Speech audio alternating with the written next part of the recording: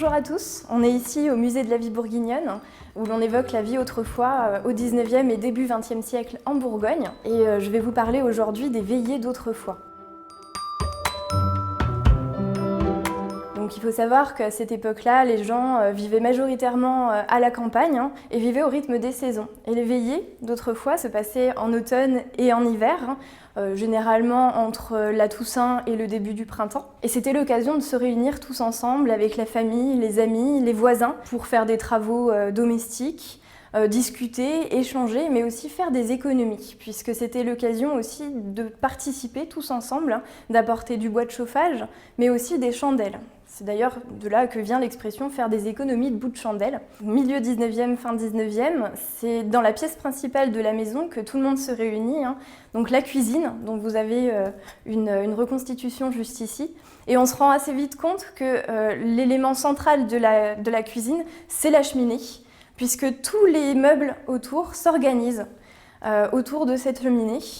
Et ces trois fonctions principales sont de se chauffer, cuisiner et de s'éclairer. Et s'éclairer, c'est très important, surtout à l'époque où l'électricité n'existait pas, puisqu'on va effectuer un certain nombre de travaux.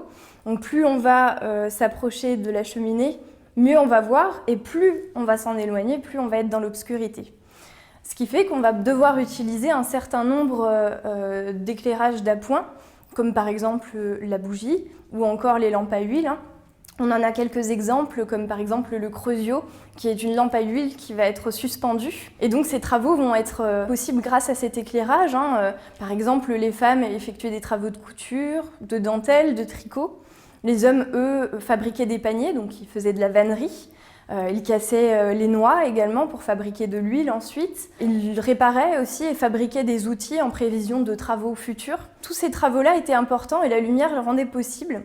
Mais cette lumière va conférer aussi une ambiance un peu particulière à la pièce, un peu mystérieuse, propice vraiment aux contes et aux histoires qui étaient racontées par les anciens, qui s'installaient juste ici près de la cheminée pour instruire et partager leurs expériences avec les plus jeunes et la famille. Parfois, c'était même les colporteurs qui passaient de village en village, c'était des marchands ambulants qui racontaient ces histoires en échange du gîte et du couvert. Ils rapportaient par exemple les dernières nouvelles des villages alentours, les villages voisins ou même de la région. Ça permettait de se tenir informé alors que la télévision n'existait pas et le journal télévisé de 20h non plus. Cette société, elle va évoluer, bien sûr. Fin 19e, début 20e siècle, la société change, les modes de vie se transforment, la famille également, puisque les jeunes vont plutôt partir travailler en ville.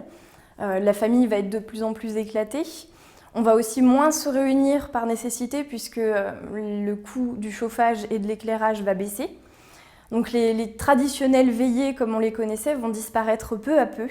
Et finalement, c'est autour de la radio puis de la télévision que tout le monde va se réunir les soirs maintenant.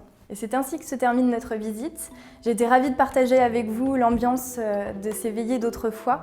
Merci de m'avoir écouté et n'hésitez pas à revenir au musée de la vie bourguignonne pour découvrir d'autres scènes de la vie d'autrefois.